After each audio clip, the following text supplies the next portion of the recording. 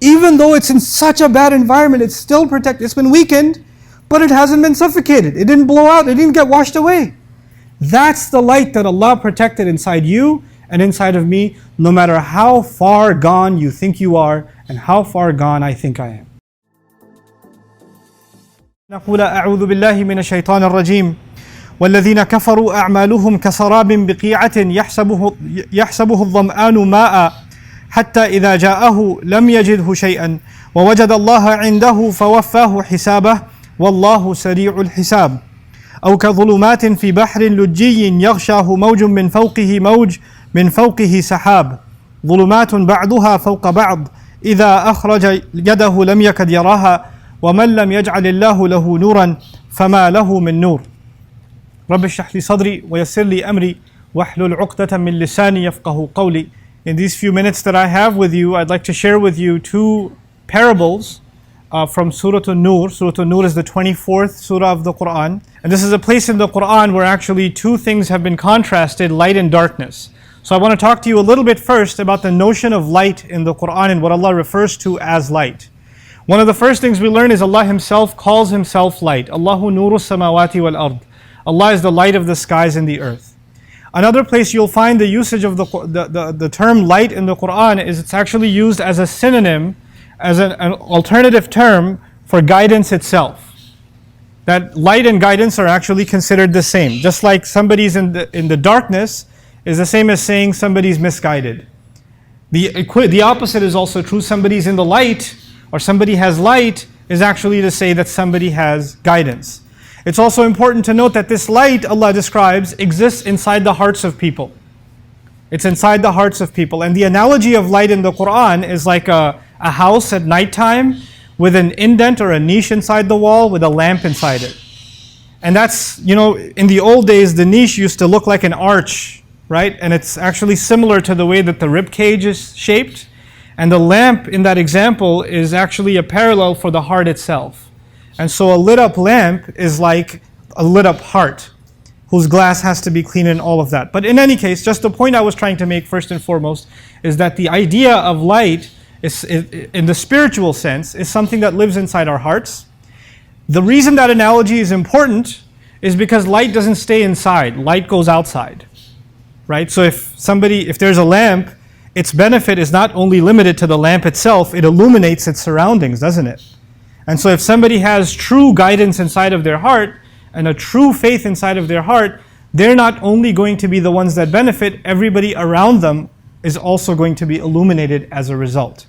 And as a matter of fact, light only truly gets appreciated when you're in the dark. In other words, our faith and our iman is only really put to the test, and really its benefit comes out when we are surrounded by difficult circumstances, when we're surrounded by misguidance. The second thing I want to talk to you guys about when it comes to this idea of light is it's not just something figurative. In other words, obviously if you open up somebody's chest, you're not going to see light inside. But actually a day is coming when you will. On the day of resurrection, Allah actually turns our faith into real, actual light. And we all have to take a walk on Judgment Day after our judgments are done. We have to take a walk towards our final destinations, either heaven or hell. And there are people who had faith with them, which is nurun yas'a bayna aydihim wa bi aymanihim. There are two kinds of light that are going to aid us on that day when there's complete darkness. The light is going to be coming out of our chests, and there's another light that's going to be coming out of our right hands. That's what the Quran describes on a couple of occasions. That light is supposed to help you navigate through this difficult path so you and I can make it to the gates of heaven. That's the point of it. Okay? Now, why are there two kinds of light?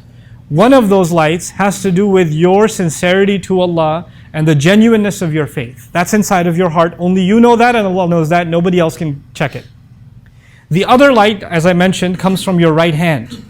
And that light is actually a representation of the things you and I did in this life. If you had good deeds to do, if you did good works, then those works are going to get converted into light on that day. So you've got these couple of torches on Judgment Day that are helping you navigate, that are helping you move forward, right? And at the end of the day, all of this conversation it's only got one purpose. You and I want to stand up on that day and we want to have some light on our hands. We want to be able to access that light so we can make our way to Jannah. Our Messenger ﷺ would describe that that light on Judgment Day that we're going to be raised with is not all the same for everybody. It's not all the same. There are some people who barely have enough light, they can barely see their feet as they walk. That's how much light they have. There are those who have so much light that they can see it's as though that you can see from one city to the next one. Now, these two parables that I wanted to share with you, these examples that I wanted to share with you, are actually not about light. They're about darkness. They're at the end, the two tragic cases of people who are not going to have light, or who don't take advantage of the light that they have.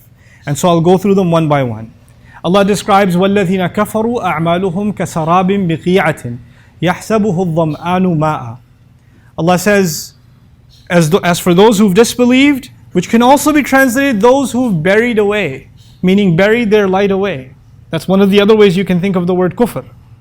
Anyway, those who've denied and have been ungrateful and have buried their light away, what about them? Well, they are like somebody traveling in the middle of the day in a desert, and they see a sarab, which means a mirage.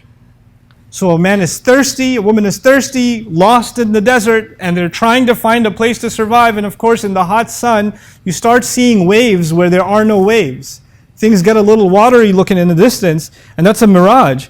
And because you're dying of thirst, you think that's worth something. And so يَحْسَبُهُ الظَّمْآنُ مَاءً, the desperately thirsty one runs towards that water, thinking that it's water. حَتَّى إِذَا جَاءَهُ, until the point where he reaches it. لَمْ يَجِدْهُ شَيْئًا, he found nothing there. It was just sand. It was a false image. فَوَفَّاهُ حِسَابَهُ وَاللَّهُ سَرِيعُ الْحِسَابِ. So Allah, and he will only find Allah there.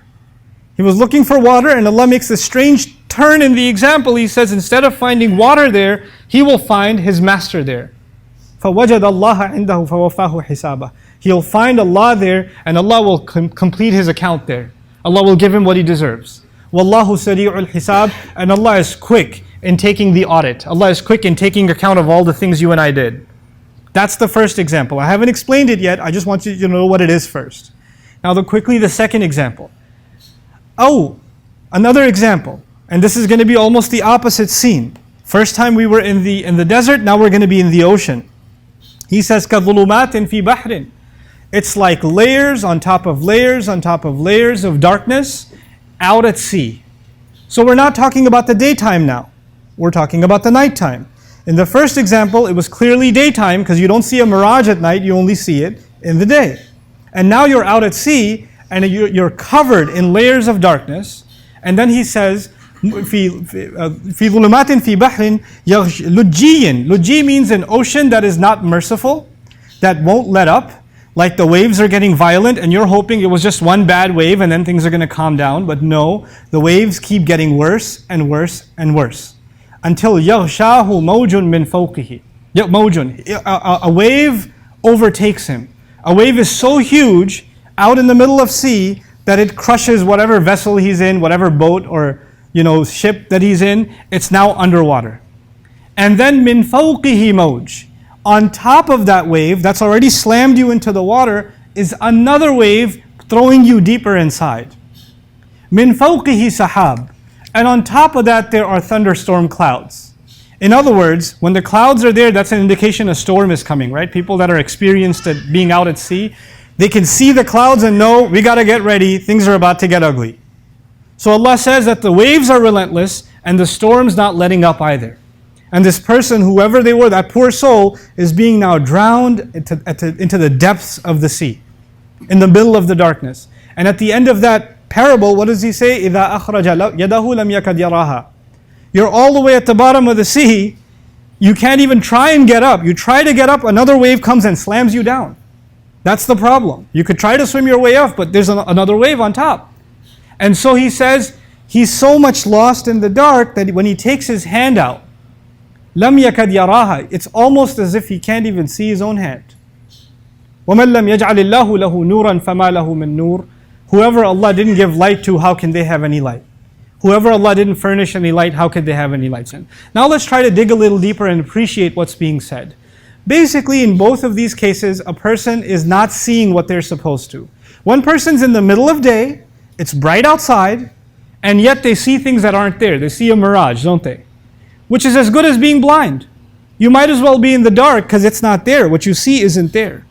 And in the other case, somebody's in the dark, they're at sea, there's not even moonlight because it's covered by the clouds, there's these waves, you're blind in another way. These are both sides of blindness. But why give two different sides of blindness? Because Allah is describing that on Judgment Day, people are going to come before Him that are, the unfortunate cases are going to be of two kinds. There are going to be two kinds of unfortunate cases. So here's where I'd like for you to pay extra attention to understand what is going on in these parables. There are people who assume that they are in light. There are people that are like that person out in the desert, surrounded by light. You can't get brighter than the desert in the daytime. So there are people that are in a good environment. They act religiously. They look religious. They talk religious. Their family's religious. Their community's religious. They're involved in the religious sense. They're involved at the masjid. They're in a religious setting. They're surrounded by light. And a lot of times we assume that people like that are straight one-way ticket to heaven. But unfortunately, even when you're surrounded by that much light, you know what happens sometimes? You start becoming delusional. You start thinking that the appearance of looking religious, the words that you use that make you sound like you're religious, you look like you're pretty enlightened, doesn't actually say anything about what's going on the inside. There could be two very different realities. Basically what happens is you have people that look very spiritual, very enlightened, very religious, very committed to the faith on the outside. And they commit to those things that make them look that way. All the things that other people can perceive become important. But there's something going on inside of you like greed, like jealousy, like pride, like anger, like hatred. You can't see somebody else succeed, it bothers you. What is in front of people needs to look pristine. And what's going on inside is ugly. It's dark. And these people assume that because they're doing good things, they're volunteering, they even grew out a beard, they put the hijab on, they even memorized some Quran, all the outside stuff is pretty good, they start assuming also that Allah is going to really reward me for all of this. I'm doing pretty good. And that, by the way, that sense of superiority is probably the worst of all of the other vices I mentioned. When you start thinking and I start thinking that I stand in a better place than another human being before Allah, that pride is actually a replica of the pride of the devil. This is the first example. People who actually think they're in light and they're doing good, but you're like a person in the desert. You're going to die of dehydration.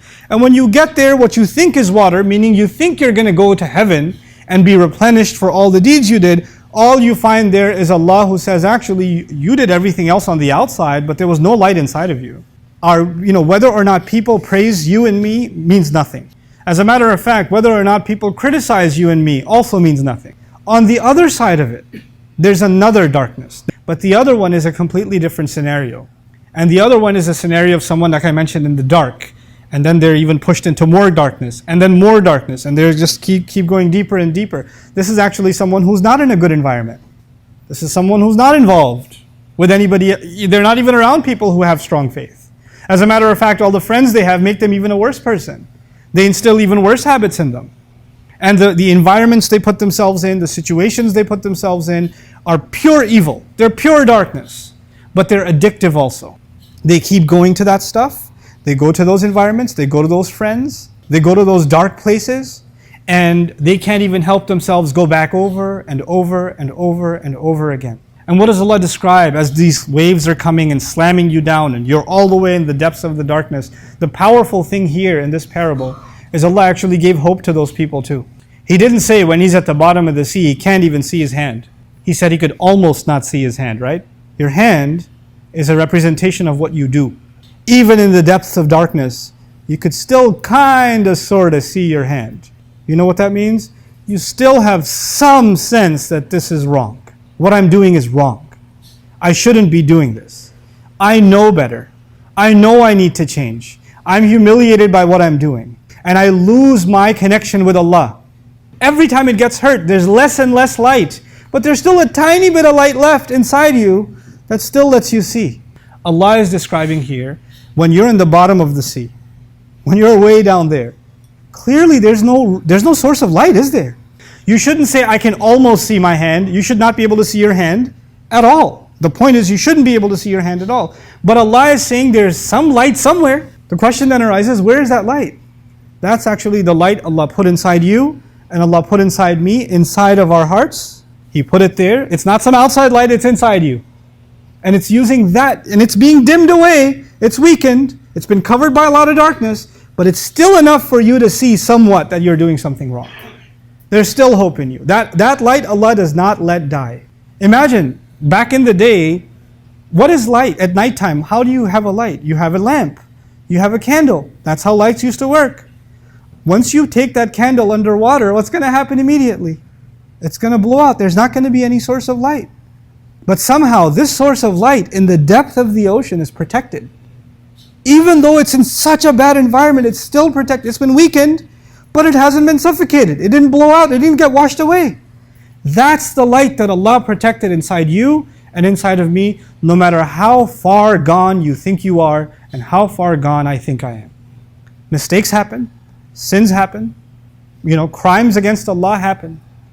Our hearts go in bad places, in dark directions. Our hands go in dark directions. We've made mistakes.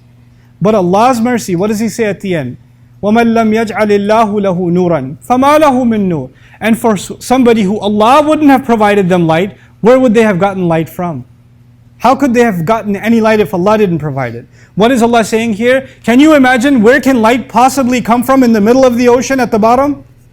Where would it come from? Where do you think that light came from, if not from me? Allah is telling you and me, we give up on Him, He doesn't give up on us. We let Him go, He doesn't let us go. He keeps the hope alive. He lets us, the ability for you to even feel bad, somewhat, you drown that voice out. You hear it and you say, nah, I don't want to listen to this. I'm already in line to get into the club. I'm like the third person left before the entry. And now my conscience is kicking in and saying, you need to turn around and go. You shouldn't be doing this. That voice inside you is that little bit of light left.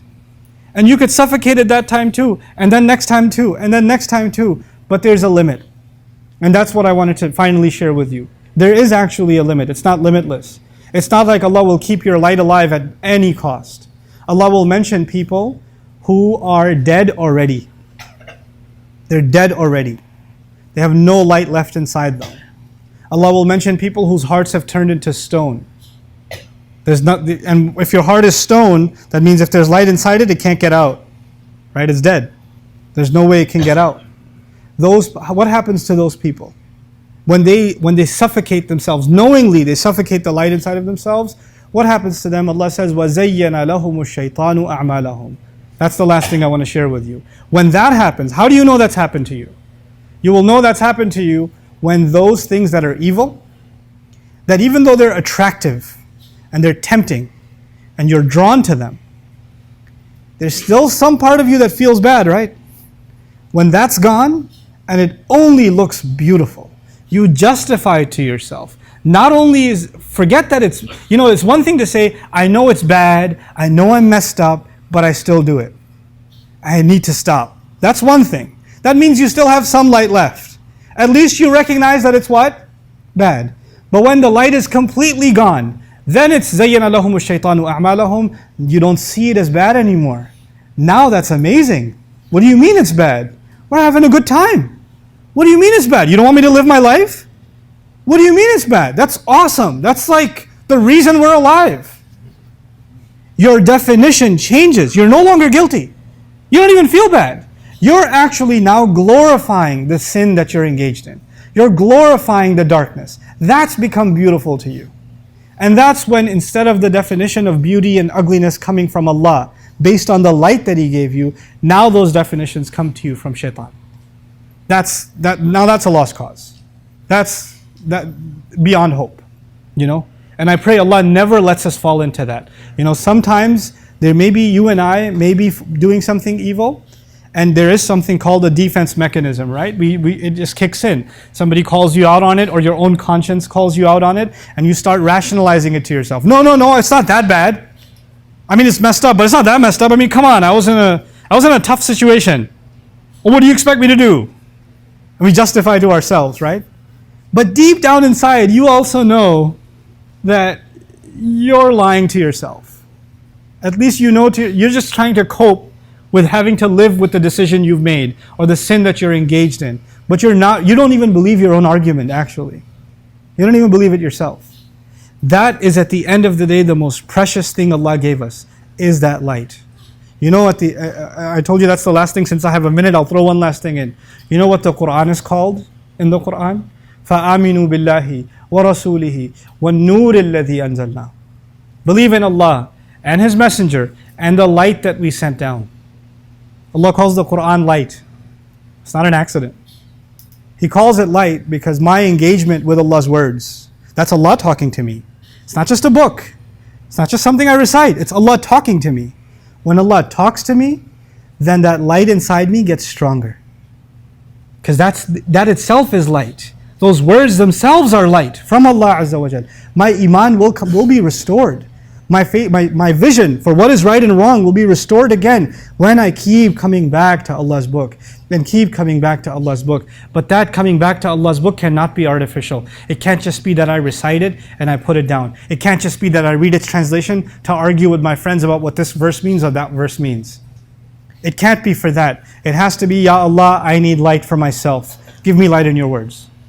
That's the humble, begging attitude of a slave with which I must come to the word of Allah.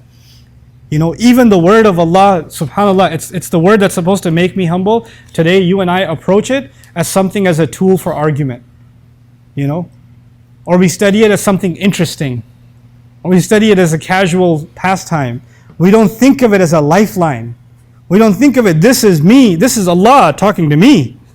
This is Allah giving me value, addressing me, a letter, what He calls risalati Rabbi, letters from my master. Literally, messages, letters from my master. Like, when somebody writes you a personal note, and you're like, wow, they took the time? That's Allah to you in the Quran. And if you can develop that, then that light will not become weak. Allah will not let it become weak. May Allah Azza wa Jal connect us deeply, our hearts, with the Quran and maintain that source of light for us. May Allah Azza wa Jal strengthen the light in our hearts no matter how weak it's become. May Allah Azza wa Jal also not make us delusional into thinking that the outwardly deeds that we do are going to compensate for the vices we carry inside of our hearts. And may Allah Azza wa Jal allow all of us to cleanse our hearts to the best of our ability. Barakallahu li wa lakum fil Qur'an al-Hakim wa nafa'ani wa iyyakum bil ayati wa dhikr al-Hakim. الحمد لله وكفى والصلاة والسلام على عباده الذين اصطفى خصوصا على أفضلهم وخاتم النبيين محمد الأمين وعلى آله وصحبه أجمعين. يقول الله عز وجل في كتابه الكريم بعد أن أقول أعوذ بالله من الشيطان الرجيم إن الله وملائكته يصلون على النبي يا أيها الذين آمنوا صلوا عليه وسلموا تسليما. اللهم صل على محمد وعلى آل محمد كما صليت على إبراهيم وعلى آل إبراهيم في العالمين إنك حميد مجيد. اللهم بارك على محمد وعلى آل محمد كما باركت على إبراهيم وعلى آل إبراهيم في العالمين إنك حميد مجيد. عباد الله رحمكم الله اتقوا الله إن الله يأمر بالعدل والإحسان وإيتاء ذي القربى وينهى عن الفحشاء والمنكر ولذكر الله أكبر والله يعلم ما تصنعون. أقم الصلاة إن الصلاة كانت على المؤمنين كتابا موقوتا.